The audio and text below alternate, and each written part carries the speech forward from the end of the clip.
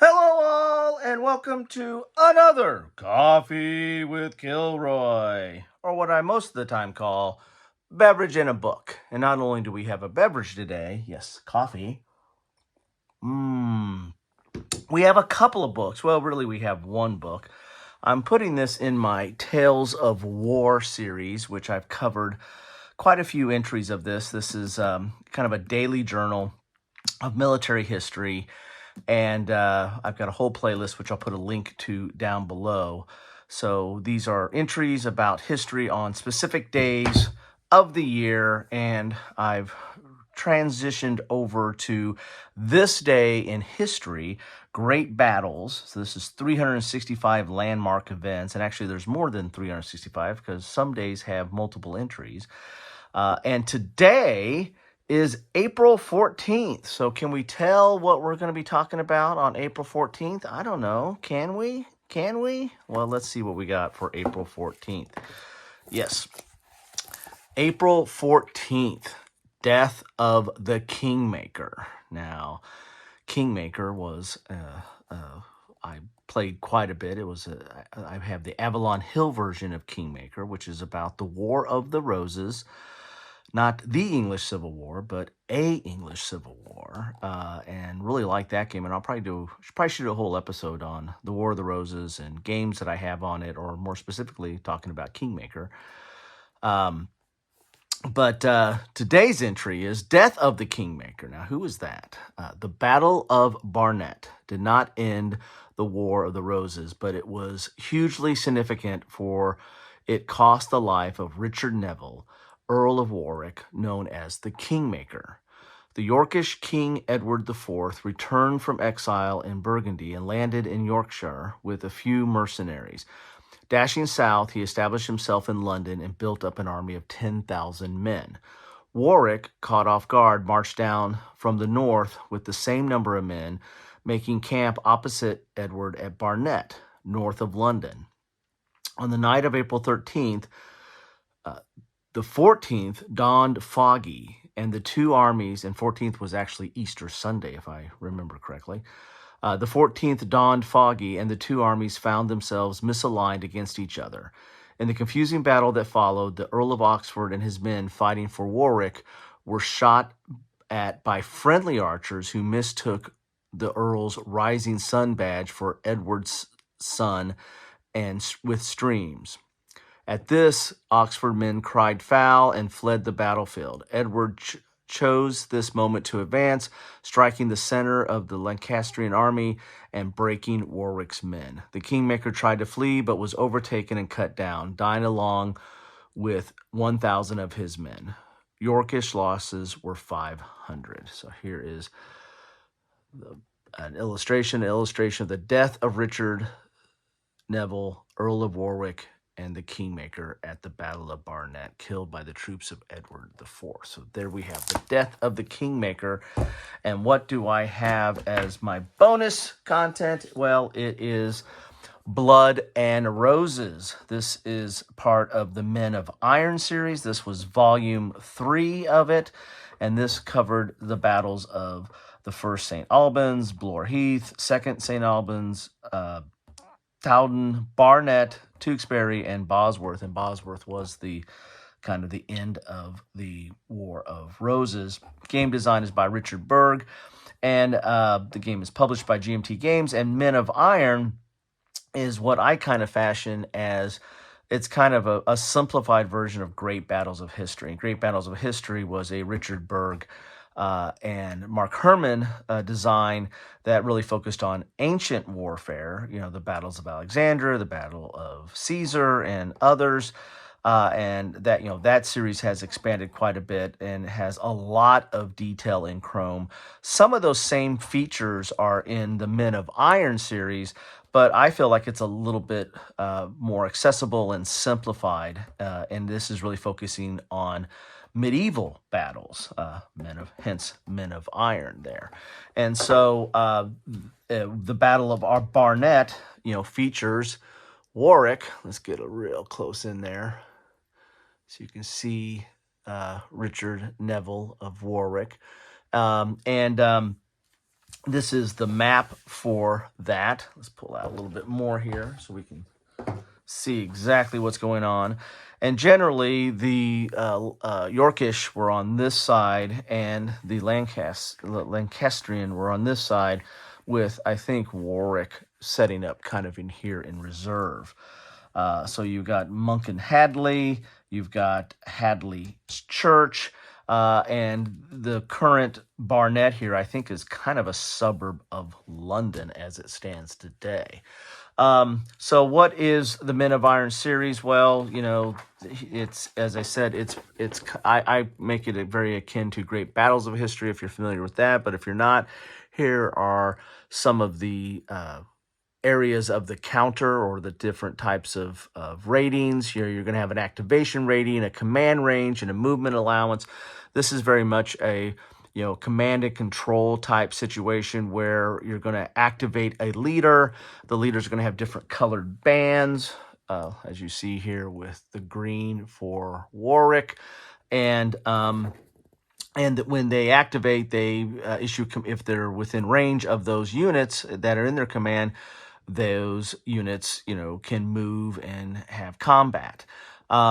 There's also a continuity, or I think in Great Battles it's an initiative, but there's a continuity situation where you can kind of maintain activation and go to the next leader on your side, and then there's a way to try to take over that continuity from the other side.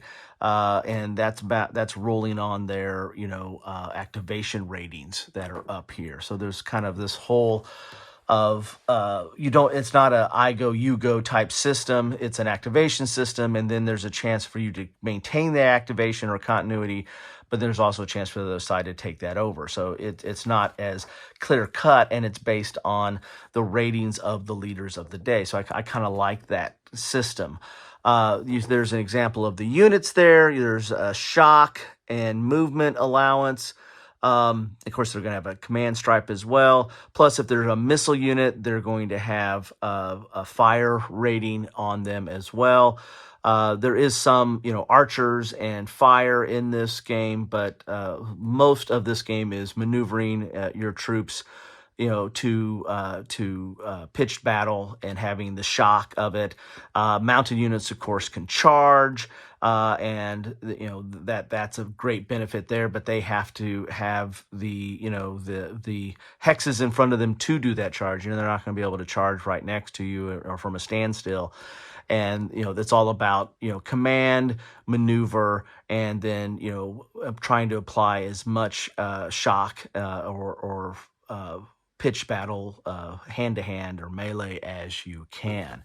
Another feature that it draws from Great Battles of History is there's the weapons matrix. So you're going to be comparing the type of troops, and there's going to be a modifier between the attacker and the defender on the type of troop and the weapons that they're generally wielding at that time, and that's going to give you a modifier as well. Here's your terrain. There's different terrain charts, and each of these terrain charts are tied to the battle. So there's the terrain chart for Barnet. Your movement costs for mounted foot and artillery for the different types of terrain. But then you also have the shock and charge dice roll modifiers based on the terrain, and then the missile fire, if there's any effects there as well. There's your fire results, and then the actual combat. Most of it is, again, shock. And it's all about using these die roll modifiers for your type of weapon systems, and whether you're disordered or all these different type of modifiers. You're really trying to disorder something and then trying to eliminate it based on that. But you're basically going to have an adjusted die roll, and this will tell you what's happening. Either an attacker is disordered all the way down to the defender is disordered, and you can continue the attack. So it's all just a straight modifier. There's not like a combat's result table there. So it's a dice roll modifier type chart.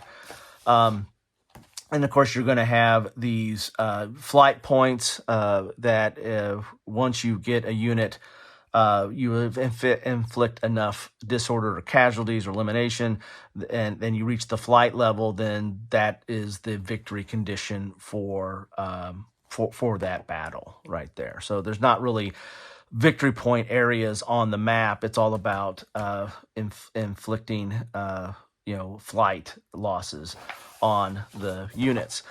This is the Battle of Barnet setup here, as you can see, and as it said before in that write-up, it was a very foggy day, and that added to the fact that the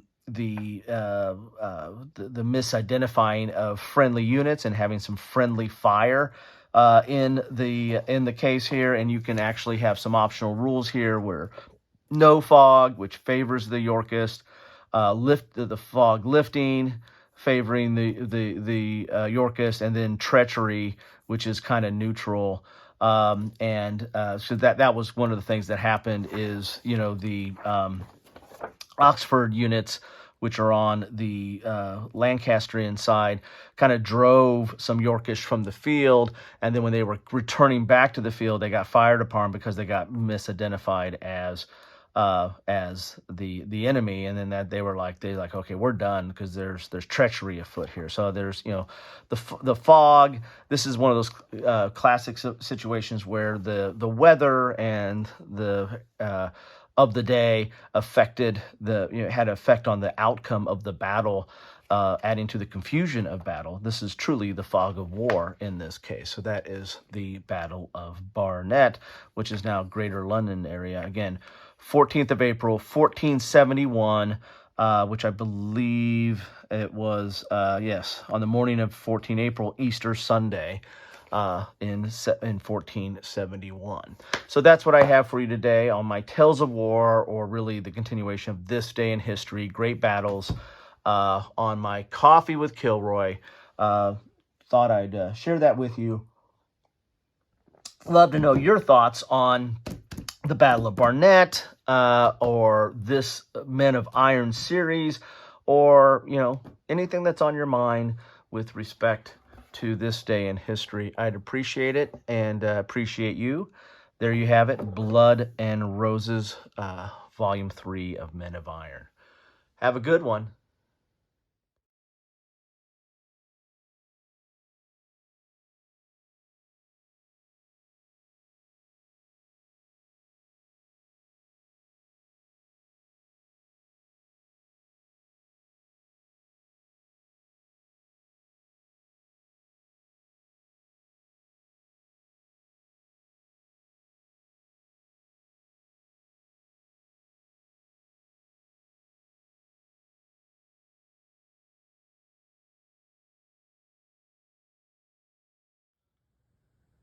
Alas, poor Warwick, I knew thee well.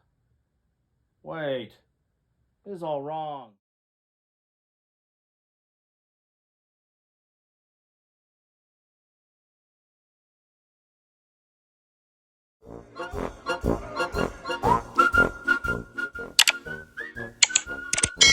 Thanks for watching.